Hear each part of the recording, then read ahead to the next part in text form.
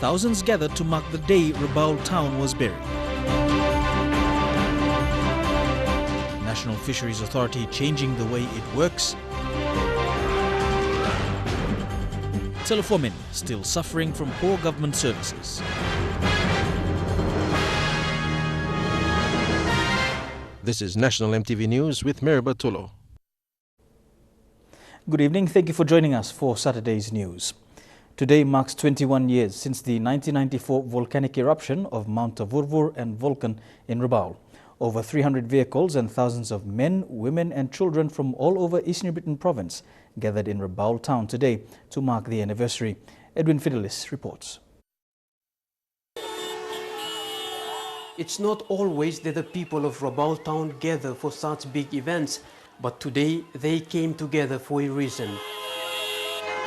Today marks 21 years of Rabaul town's existence after the 1994 eruptions that buried almost the entire town.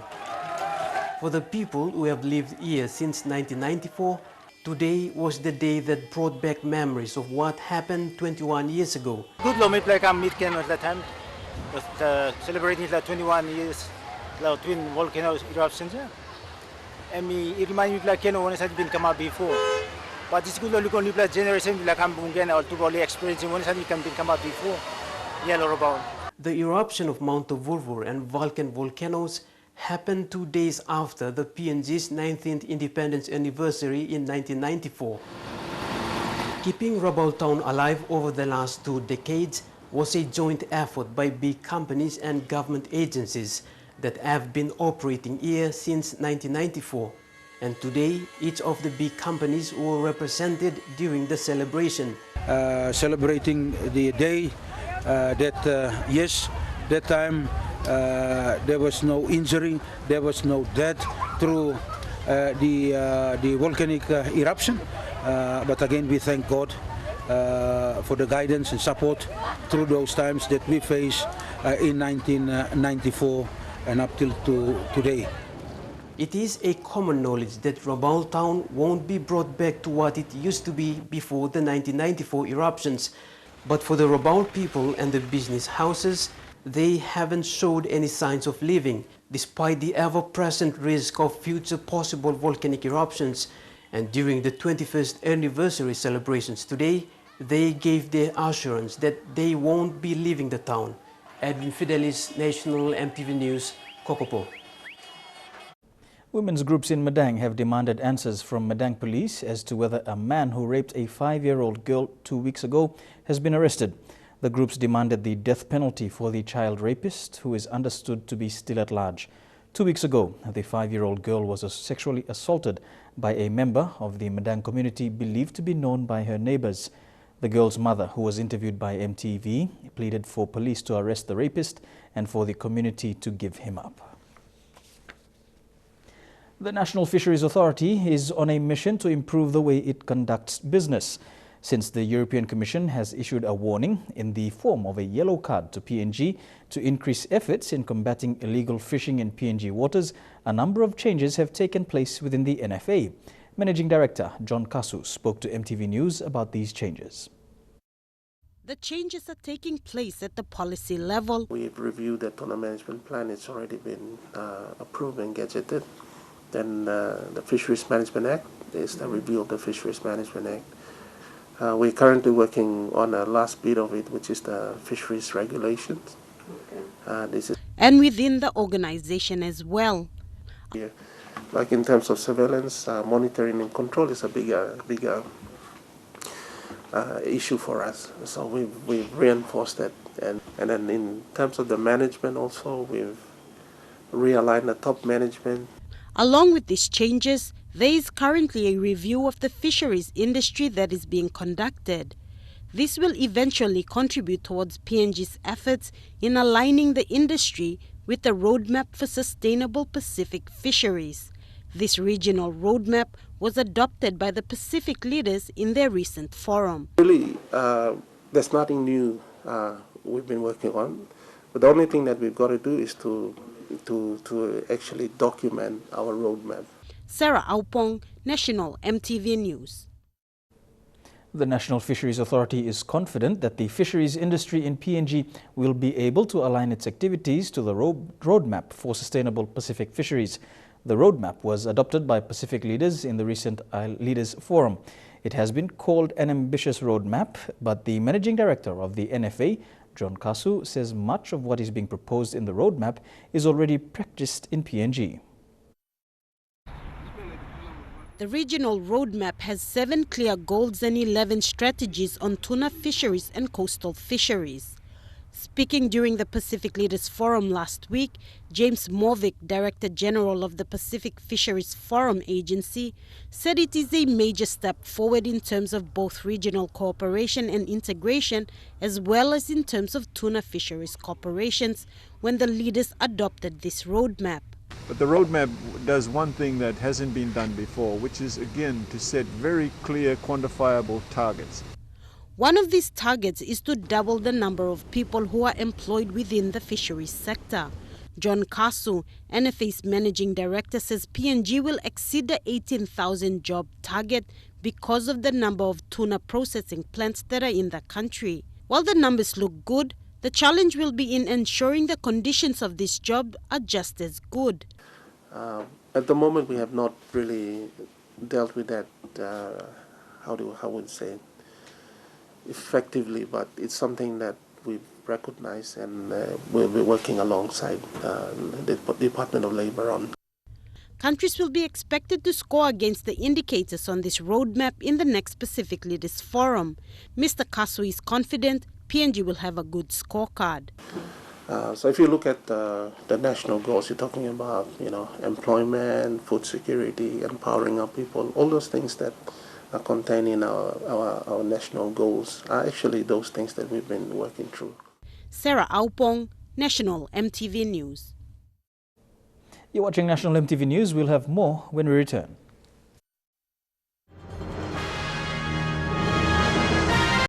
Welcome back to the news. NCD police say a man was beheaded this morning as payback for another death last night. Police report a fight broke out between two groups in Sabama, where one man was fatally stabbed. This morning, the relatives of the man mobilized, went to Sabama and beheaded another man who works at the Sabama service station. NCD police boss Andy Bawa has issued an order for relatives of the attacker to hand over the suspect to police by 6 p.m. this evening. Telefomin MP Solan Merisim says Telefomin district of West Sepik province is in dire need of vital government services. He said this is because of the distance and remoteness from the sundown provincial capital. Eric Hawarupma reports. While the government is spending millions of kina to bring tangible services into the remote areas of Papua New Guinea, Telefomin district still suffers. The isolated district, situated in the peak of the Star Mountains in the West Sepik province, has seen very little government services over the years. There is only one medical facility that provides health supplies to the 4 districts of Telefomin, Yapsi, Nameya and Oksapmin. Schools in the area have faced shortages of teachers and limited classrooms to cater for the increasing students' enrollment every year. Free healthcare. One population plus the government and this plan 10 million, 15 million must go down on districts. LLG, SIP, provincial money, it must go down to 20 million. Meanwhile, the district has come to the aid of constructing a new health facility, cell block for the police station, erection of new classrooms for Telefomin High School and building houses for teachers' accommodation. This project comes from the funds used under the Telefomin District Support and Improvement Funds. Eric Arupman, National MTV News. As much as possible, we've tried to bring you independence celebrations from all over the country this week. On Independence Day 3 days ago, MTV's cameraman Paul Naime travelled to remote Telefomin district in the West Sepik province and brought back pictures of its celebrations. Again, Eric Hawarupma with this report. Participants from the 4 local level government areas, including Yapsi, Nameya and Oksapmin, joined the rest of the country and celebrated at the district headquarters. It was an event that showed true nationalism in the remote district miles away from the flag raising attended by dignitaries in Port Moresby. Good morning. May I give a special thank you Igolong Society 7 Telefomin, Osem ordinary civil servants. Long Kamabim Telefomin, where now Telefomin Plank and Osem today. To see transition and change in Telefomin, it must unite all its local level governments as one with the country, as aligned by the country's development goals. Through na appreciate the leaders, Lomibla Osem Grand Chief, Sam Michael Semare, Setulation, Vice Wingti. It's been awarded to distinguished people for their outstanding contribution and support in bringing tangible services into the district. Eric Arupman, National MTV News. You're watching National MTV News. Trukai Sports is next. We'll bring you all the details after these messages.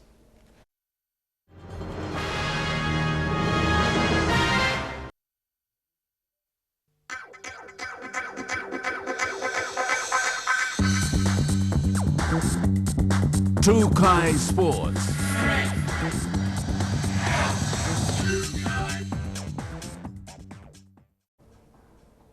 Welcome to Trukai Sports. The National Softball Championships ended this afternoon in Port Moresby.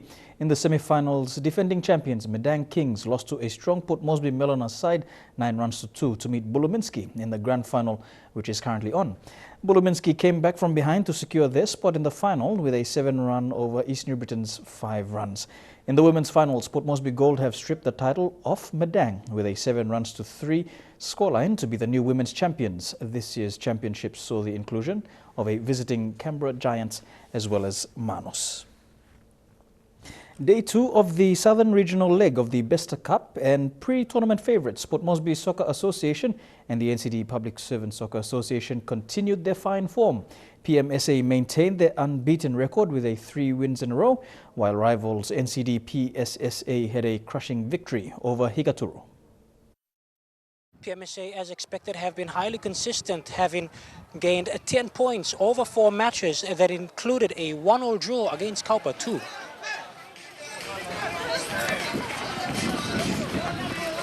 The association has fielded 2 teams in both men's pools, and both look set to cruise to the semi-finals.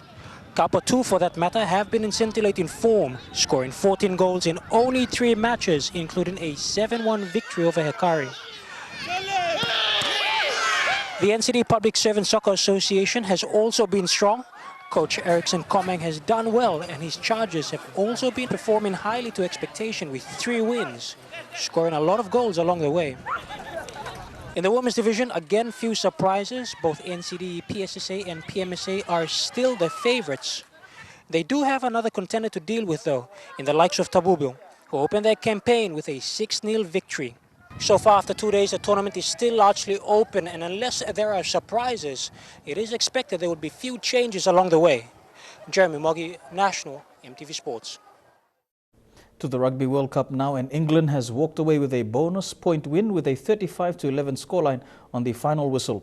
Lancaster's English side dominated in the lineouts, but Fiji's failure to hold on to the ball and play a deep kicking game lost all possession to the opposition, allowing them one too many opportunities to score. A penalty try by the 8th minute to England and another shortly after put the Oceania side under pressure. The combination between Vola Vola and Nandolo allowed Fiji to score a brilliant try minutes before half-time. The second half started in doubt for Fiji as Matawalu was sidelined for a minor offence. With an arguably unfair ref, the English Roses walked away with a comfortable win in the opening match of the 2050 Rugby World Cup. And this evening, some matches to be played in the Rugby World Cup. Tonga take on Georgia, that's in under 3 hours, and Ireland take on Canada as well. And that ends Trukai Sports for this evening. The weather details for the next 24 hours when we return. Trukai Sports.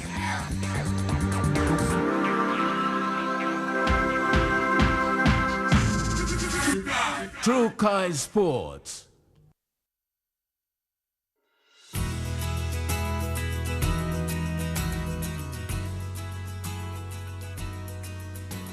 Taking a look at the weather forecast for the next 24 hours. First of all, in the southern region, fine weather expected in Port Moresby, Daru, Kerma, Alotau and Popondetta. To the Momase region, mostly fine expected in Ley and Wau. Brief showers expected in Medang, Wewak and Vanimo. To To the New Guinea Islands region, brief showers expected in Lorengau and Kavieng, a shower or two expected in Kokopo and Rabaul, mostly fine in Kimbe, and brief showers expected in Buka. And in the Highlands region, Mount Hagen, Goroka, Kundiawa, Mendi and Wabeg, you can all expect fine weather over the next 24 hours.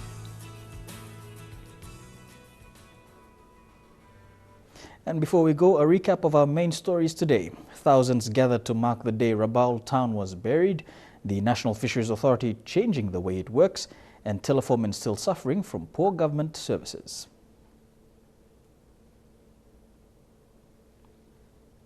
And that's it from the news team for today, Saturday, the 19th of September 2015. From the EMTV news team, pleasant viewing. Good night.